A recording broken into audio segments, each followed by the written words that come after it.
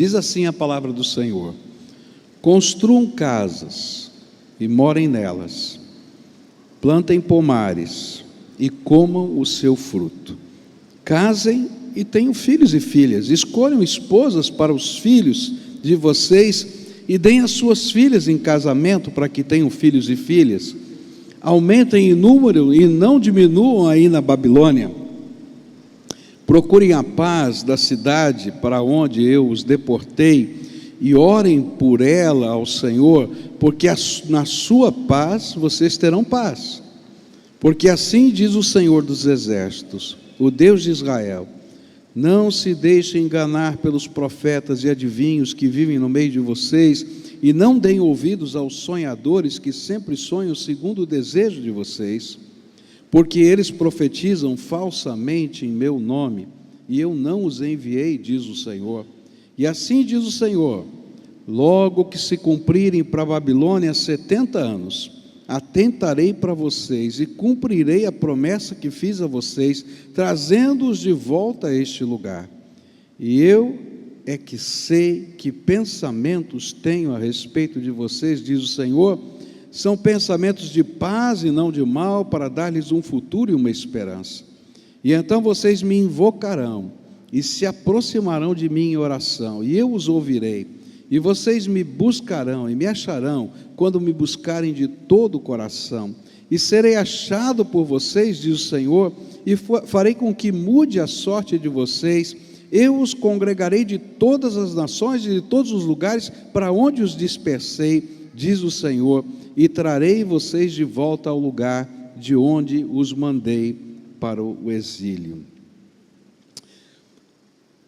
Nesse texto, a gente vai encontrar algumas orientações que o Senhor deu a Jeremias para o povo que estava lá na Babilônia. Jeremias estava em Jerusalém e 4 anos já haviam se passado desde que a primeira leva dos exilados tinha chegado na Babilônia, e estava todo mundo em compasso de espera. Eles tinham profetas que chegavam para eles e diziam assim: olha, mais 2 anos nós vamos voltar para casa, mais 2 anos e nós vamos voltar para casa. E aí as pessoas diziam assim: bom, se vai demorar mais 2 anos só, para que eu vou construir uma casa? Vai dar tanto trabalho construir uma casa? Eu já tenho casa lá em Jerusalém, lá na Palestina, vamos esperar mais um pouco. Eles estavam como exilados. Eu não sei se você já foi alguma vez num campo de refugiados. Eu já fui a alguns campos de refugiados. É um lugar inóspito, você não tem nenhuma possibilidade. E diz assim: bom, se construir casa é difícil, dá os nossos filhos em casamento nesse lugar. Agora não é tempo disso, não é momento de casamento, não é momento de ter filhos aqui nesse lugar. É perigoso, é difícil. E todo mundo estava em compasso de espera. E aí o Senhor manda o profeta Jeremias dar uma contramensagem: vai levar 70 anos para vocês voltarem para casa, mas nem por isso Deus os abandonou. E ele então ensina algumas coisas para aquele povo, e a primeira coisa que ele vai ensinar para construir o futuro que Deus tem para a nossa vida, ele começa dizendo, no versículo 7, procurem a paz da cidade para onde eu os deportei e orem por ela ao Senhor, porque na sua paz vocês terão paz. O surpreendente é que o Senhor está dizendo, através do seu profeta, que Ele tinha um plano para tudo que estava acontecendo com eles. Todo mundo estava olhando aquilo como algo terrível, algo que não tinha sentido, que não tinha propósito. Por que eles estavam lá na Babilônia? Mas no versículo 4 desse texto diz assim: assim diz o Senhor dos Exércitos, Deus de Israel, a todos os exilados que eu deportei de Jerusalém para a Babilônia. Quem estava mandando eles para lá? Não era Nabucodonosor, era Deus. O Senhor não apenas tinha permitido que eles estivessem ali, mas Ele tinha promovido o cativeiro. E a Bíblia vai explicar, e os profetas vão nos ensinar, que a razão disso eram os pecados. E, portanto, se eles desejassem ser abençoados, eles precisariam deixar de lado a luta. Que luta era essa? Como exilados, eles estavam articulando politicamente o retorno para a terra. Eles estavam planejando a força de resistência contra a Babilônia. Eles tinham um rei que estava indo em Jerusalém, porque a primeira leva foi numa data, 10 anos depois é que o templo é destruído na cidade de Jerusalém. Teve 10 anos de oportunidade, mas o povo não aprendeu. E aí o templo teve que ser destruído. E Deus está dizendo assim: olha, vocês não estão aí por acaso, eu tenho um plano, eu tenho um propósito. E a primeira lição que vocês vão ter que aprender para entrar no plano e no propósito de Deus é serem promotores da paz. Porque se essa terra onde vocês estão tiver paz, o texto diz, vocês terão paz. Se tudo continuar em guerra, vocês terão guerra. É com muito temor e tremor que eu quero dizer para os irmãos o que Deus colocou no meu coração. Eu sei que os irmãos têm passado por tempos difíceis, mas nem por isso Deus estava fora do controle. E nesses tempos difíceis, Deus teve que tratar primeiro o coração dos irmãos. Eu estou fazendo uma palavra pastoral aqui. E não é o coração do João e do Pedro, porque é fácil a gente apontar os defeitos dos outros. É o meu e o seu coração. Mas tem uma lição: se a gente quer alcançar o propósito e o futuro que Deus tem para nós, cada um de nós tem que assumir um compromisso daqui para frente, de trabalhar pela paz. É muito fácil, nesses primeiros dias que você tem um pastor interino, novo, que vocês nem sabem quem é, que vem até sem gravata nesse dia, que comete falhas, por exemplo, como não perguntar se alguém deixou de ser servido do pão, porque lá onde eu estava, o cálice ficava na frente da pessoa, ninguém deixava de ser servido, então a gente não perguntava. Então é comum a gente cometer falhas. Mas é fácil ter uma tolerância, e daqui 2 ou 3 meses essa tolerância acaba. Não é verdade o que eu estou falando? Mas se a gente não trabalhar pela paz, o templo é destruído. 4 anos antes do templo, melhor, 6 anos antes do templo ser destruído, Deus mandou uma mensagem: vai levar 70, trabalhem pela paz.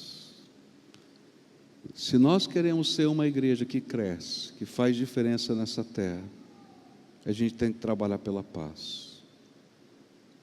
E sabe, esse é um princípio da palavra de Deus,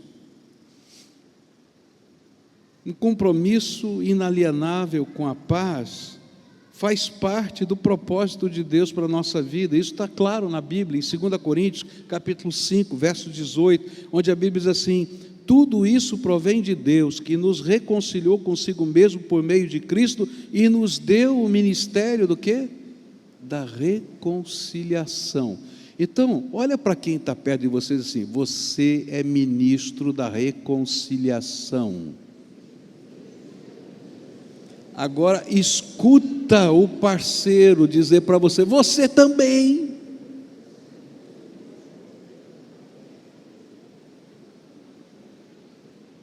Se nós não tivermos o alvo de trabalhar pela paz, meus irmãos, o templo é destruído, porque uma casa dividida não prevalece, disse o Senhor Jesus.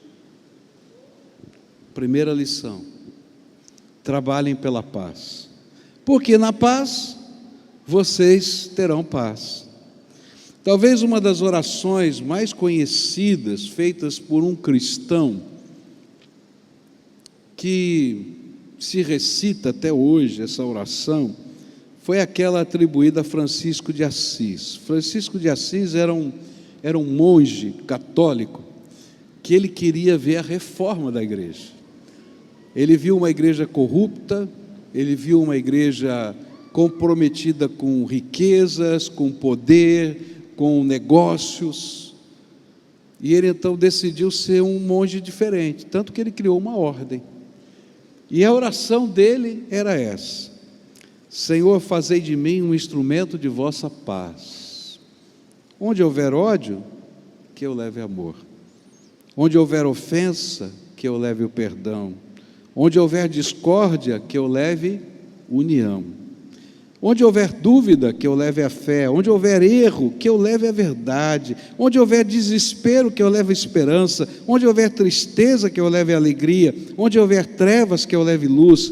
Ó Mestre, fazei que eu procure mais consolar do que ser consolado, compreender que ser compreendido, amar do que ser amado, pois é dando que se recebe, perdoando é que se é perdoado, e é morrendo que se vive para a vida eterna. Por isso eu vim aqui hoje, nesse dia tão especial, convocar toda essa igreja a não somente orar assim, mas a viver dessa maneira. Se alguém começar a falar alguma coisa, você olha e diz assim: você é ministro da paz, meu irmão. Não precisa dar bronca não, só fala: eu também sou. O futuro que Deus está nos preparando nos leva a buscar viver a paz em todos os âmbitos da nossa vida. Agora, essa lição não é só para a igreja, não. Essa é uma lição para a tua vida, meu irmão. No lugar que você trabalha, dentro da sua casa, da sua família. Para ter confusão é em qualquer lugar que tem gente. Agora, Jesus me chamou para ser um ministro da paz. Não é para botar lenha na fogueira, é para abençoar a vida das pessoas, com uma palavra de amor, reconciliação, serviço e consolação. A gente pega a bacia. Segunda lição que esse texto nos apresenta. Verso vai dizer para a gente, verso 8 e 9, versículos 8 e 9. Porque assim diz o Senhor dos Exércitos, Deus de Israel: não se deixem enganar pelos profetas e adivinhos que vivem no meio de vocês, e não deem ouvidos aos sonhadores que sempre sonham segundo o desejo de vocês, porque eles profetizam falsamente em meu nome e não os enviei, diz o Senhor. Se o primeiro conselho do Senhor para se construir o futuro é cuidar do que você fala ou faz, de modo que você seja um ministro da paz, o segundo conselho tem a ver com aquilo que você ouve. O que é que você ouve? E a ordem é: não deem crédito aos profetas que só falam o que você gostaria de ouvir. E a gente vai entender isso porque nos capítulos 27 e 28 do livro de Jeremias, a gente vai ver o surgimento de um profeta chamado Ananias. E esse profeta Ananias, ele começa a profetizar aquilo que o povo desejava ouvir. O que o povo queria ouvir? Vocês vão voltar para casa. Vocês vão voltar para casa. Daqui 2 anos vocês vão voltar para casa. E então, todas as articulações continuavam, porque para voltar para casa tinha que haver uma revolução.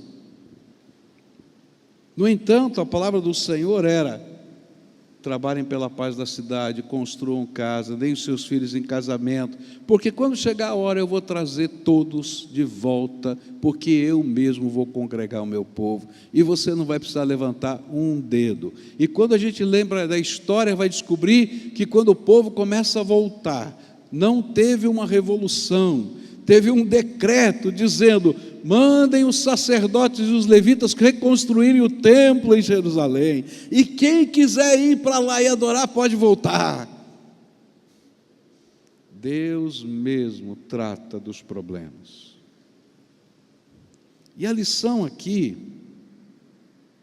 era que sempre vai existir gente que vai falar o que a gente quer ouvir, e não aquilo que a gente precisa ser.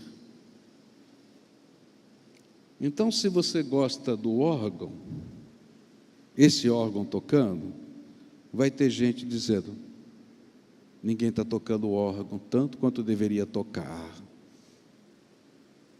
Se você gosta de um louvor como esse, como a gente cantou, vai alguém dizer assim: para que tem o órgão? Por que não canta mais daquele louvor? E sabe para quem que ele vai dizer isso? Para quem quer ouvir essas coisas. O profeta que só fala o que você quer ouvir não vem de Deus. O profeta que fala o que de fato precisa acontecer veio do Senhor. E ele fala em nome do Senhor, destemidamente, porque se ele não falar, ele vai prestar contas para Deus. E eu vim aqui em nome do Senhor dizer assim: não escuta só quem quer o que você quer ouvir. Presta atenção, porque você é ministro da paz e Deus deu uma missão para essa igreja, fazer diferença nessa terra. Mas para isso a gente tem que ser um só povo, ter uma só visão, uma só missão. E vai ter muita coisa que você vai dizer: eu não gosto tanto assim. Essa igreja tem 70% dos seus membros, isso não é estatística de pastor, não. Isso é estatística olhando no rol de membros da igreja, de idosos. Aleluia por vocês, porque vocês pagam toda a conta. Quem dá dízimo são vocês. Estou falando sério. Mas se os seus filhos e seus netos não estiverem aqui, vai morrer todo mundo. E não vai sobrar nada. Você está entendendo? Então nós precisamos construir uma igreja que tenha lugar para todo mundo aqui. Para você, para os de meia idade, para as crianças, para os adolescentes, para os jovens. E eu tenho que me alegrar. Tem hora que eu vou dizer: está diferente. Mas quando você vê o seu neto, o seu filho adorando a Deus numa vigília de madrugada, pregando o evangelho nas ruas, você vai dizer: valeu a pena. Você está entendendo o que eu estou falando? Agora vão se levantar os profetas que só vão falar o que você quer ouvir. E se você ouvir esses profetas, o resultado vai ser o mesmo que aconteceu na Babilônia. 6 anos depois, o templo foi destruído, e não precisava estar destruído, se aqueles tivessem ouvido a profecia de Jeremias. Então, a segunda lição para a igreja é: não escute só o que você quer ouvir, mas busca de Deus o que Ele quer fazer. Para onde a gente tem que ir? Quais são os alvos dEle? E se a gente estiver alicerçado nessas coisas, ninguém segura o que Deus vai fazer nesse lugar. Mas se não,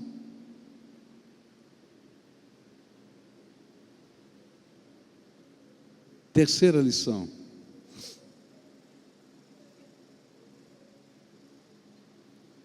trabalhem para um futuro melhor, versículos 5 e 6.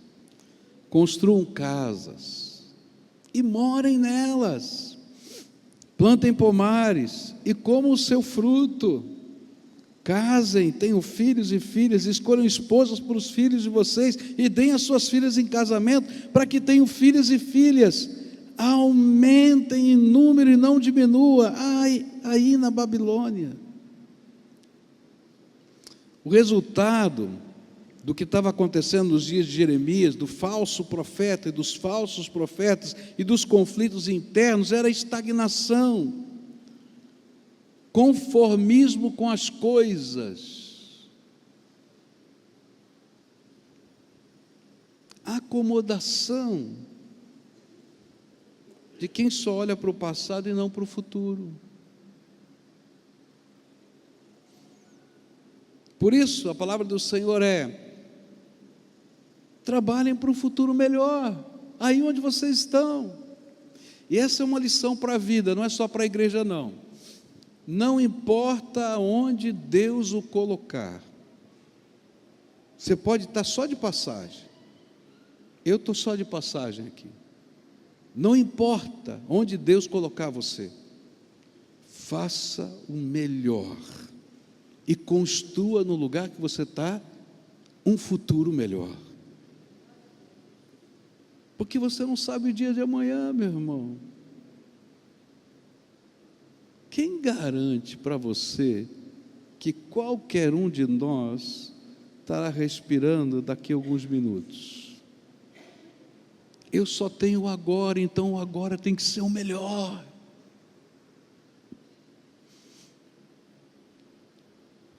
Agora é o momento de servir, de adorar, de fazer o melhor acontecer com todas as nossas forças, porque todos nós só estamos de passagem. Mas a mensagem era: construa esse futuro. Por quê? Parece óbvio, porque o maior sonho deles era viver no passado, e como estavam de passagem na Babilônia, e no passado em Israel já tinham casa para construir, para que fazer uma nova casa? Para que plantar uma terra onde a gente vai deixar a plantação para outro colher? Para que casar os nossos filhos e deixarem se estabelecer aqui? Esse era o pensamento deles. Mas eles não entendiam que o tempo melhor precisa ser construído, e a gente só tem o hoje para fazer isso. E sempre vai dar muito trabalho para fazer. Então não importa quanto tempo eu tenho, o que importa é quanto eu quero fazer para construir esse melhor. Uma coisa eu me aprendi ao longo da minha vida: não vou me conformar com nada. Eu sou um constante inconformado.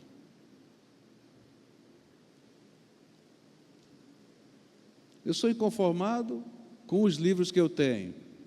Estou chegando perto de 35 mil volumes. Estou inconformado com o que já estudei. Porque, queridos, agora que a gente para, a gente morre. Eu estou inconformado quando eu vejo algo melhor que pode ser feito. E fico pensando em como alcançar esse futuro melhor. Eu estou sonhando com coisas que vocês vão me chamar de doido. Eu estou sonhando com o conserto da quadra, mas eu acho que eu vou conseguir fazer mais barato. Eu vou conseguir trocar aquelas telhas horríveis que tem lá, que chove, bate, faz aquele barulhão danado, para uma telha de sanduíche, para ter proteção acústica, para ter proteção de calor, térmica, fechar aquilo, quem sabe botar um ar-condicionado naquele lugar, para ficar gostoso. E já estou pensando, quem sabe a gente pode comprar o fundo, porque eu sou um constante inconformado. Porque o futuro melhor tem que ser conquistado, meus irmãos. Não foi assim na sua vida? Caiu de bandeja? Você foi atrás, e com a graça de Deus você conseguiu. Eu já cheguei aqui, já mandei 3 pessoas para cursos. Pedi uma verba para a igreja só para isso, para capacitação. Por quê? Porque eu sou inconformado, eu quero um futuro melhor. E quem chegar perto de mim, eu vou cutucar para ir para um futuro melhor. Com Deus, na sua própria vida, na sua família. Por quê? Porque a palavra de Deus vai ensinar para a gente não se conformar com esse mundo, mas ser transformado. Esse é um princípio do Evangelho. A gente não se conforma, a gente se transforma.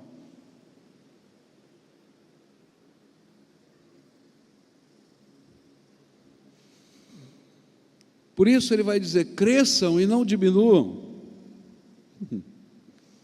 E eu sempre estou pensando em como é que a gente pode crescer. Eu quero crescer, quero que você cresça, quero que essa igreja cresça.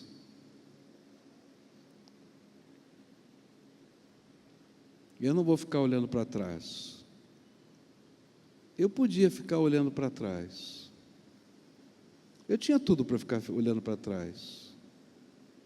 Mas eu vim para cá porque eu quero olhar para frente. Lá atrás já passou.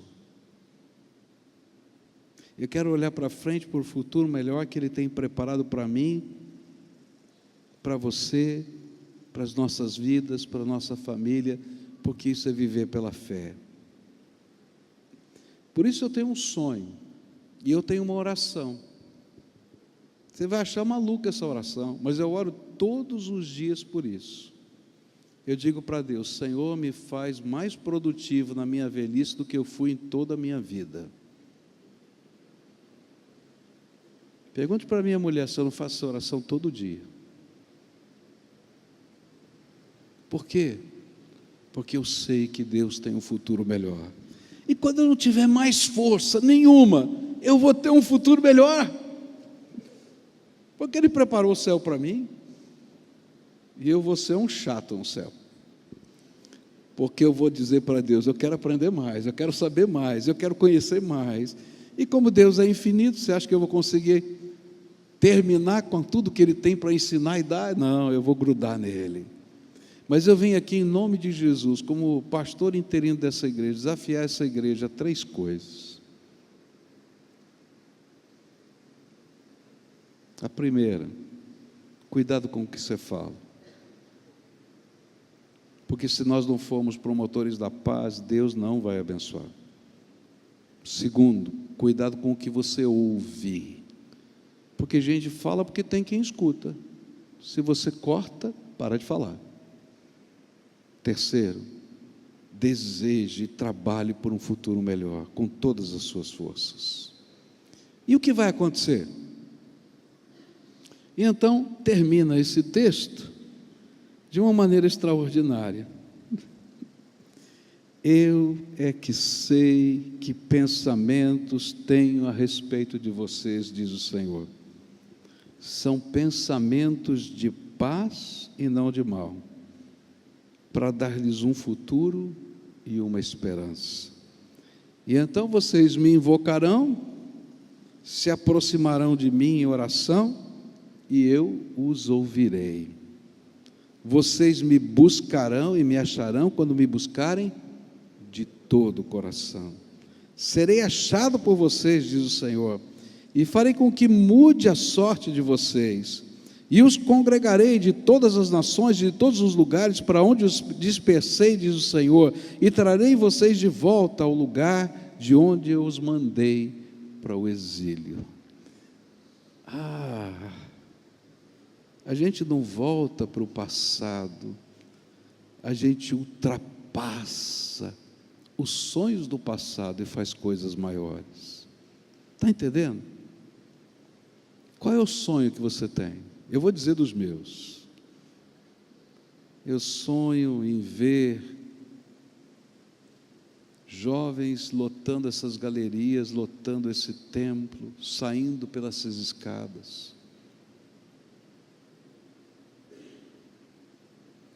Eu sonho em ver adolescentes adorando a Deus do jeito próprio deles, mas com um temor do Senhor tão ardente, sonhando em ganhar o mundo para Jesus e que ninguém vai segurá-los. Eu sonho em ver centenas de missionários saindo do meio dessa igreja e sendo consagrados para essa obra e sustentados pela igreja para isso. Eu sonho em ver essa cidade sendo abalada pelo poder do Evangelho e a mensagem sendo pregada e Deus confirmando essa mensagem com os sinais dele, do jeito dele e nas pessoas dele. Eu sonho em ver a glória de Deus nesse lugar. E você sonha o quê?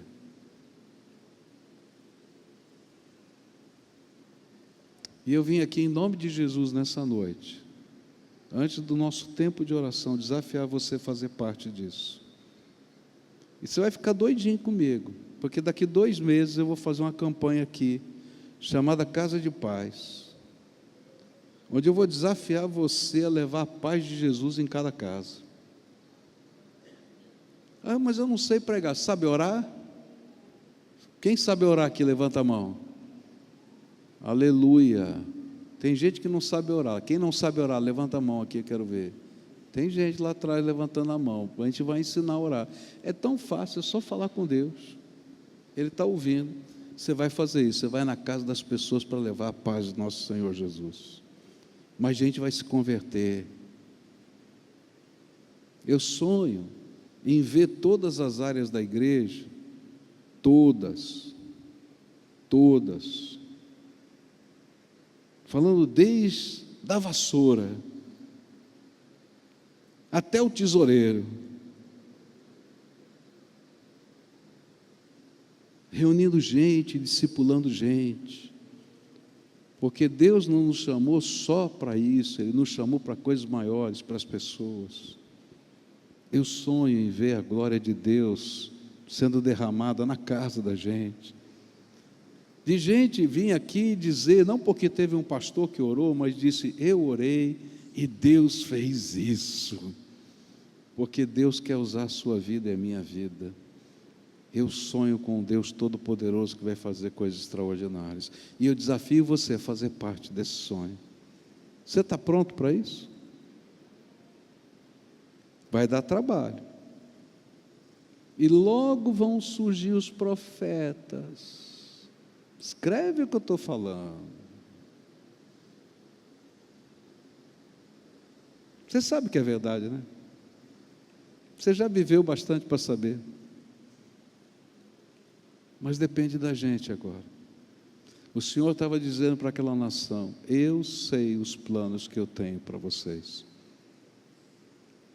Planos de paz e prosperidade, um futuro e uma esperança. E é isso que Deus vai fazer entre nós. Se você crê, diga amém. Eu não posso pregar esse sermão toda hora.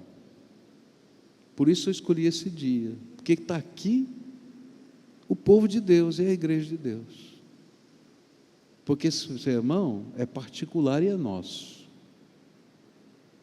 Mas nós é que temos que responder ao desafio do Espírito Santo. E nós vamos nos envolver para a glória de Deus. E Deus vai fazer coisas extraordinárias. Eu creio nisso. E vou dizer mais. Eu não só creio.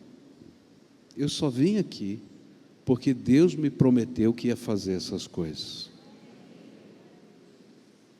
Eu disse, Senhor, eu não vou lá para ser envergonhado. Ele falou, filho, eu não te chamei para ser envergonhado. Eu vou fazer maravilhas no meio desse povo. Mas nós vamos ter que caminhar junto. Você crê nisso? Então hoje eu queria desafiar você a nós passarmos esses minutos que faltam em oração e adoração. E nós vamos fazer entregas ao Senhor. Talvez Deus vai pedir para você reconciliação. Porque não há como a gente ir para frente se a gente guardar coisas travadas no coração. E talvez a gente tenha que liberar perdão. Talvez no meio da oração, Deus toque o seu coração para você se levantar de onde está e dá um abraço em alguém. Hoje eu recebi o abraço do Cláudio, que está aqui. Levanta a mão aí, Cláudio. Não é? Me procurou. Quando estava chegando, na verdade, me mandou um e-mail hoje à tarde. Lá, 10 anos atrás, aconteceu uma coisa muito difícil com o Cláudio e comigo. E nós nos abraçamos aqui na porta. Foi ou não foi, meu irmão? Tá? E você queria aqui acertar, pedir perdão. E eu disse, está perdoado, meu irmão, não precisa nem me falar nada. Eu quero viver para frente. E estou falando isso publicamente. Porque ele disse, eu tenho me escondido do irmão aqui na igreja. Não precisa não, meu irmão, está liberado em nome de Jesus.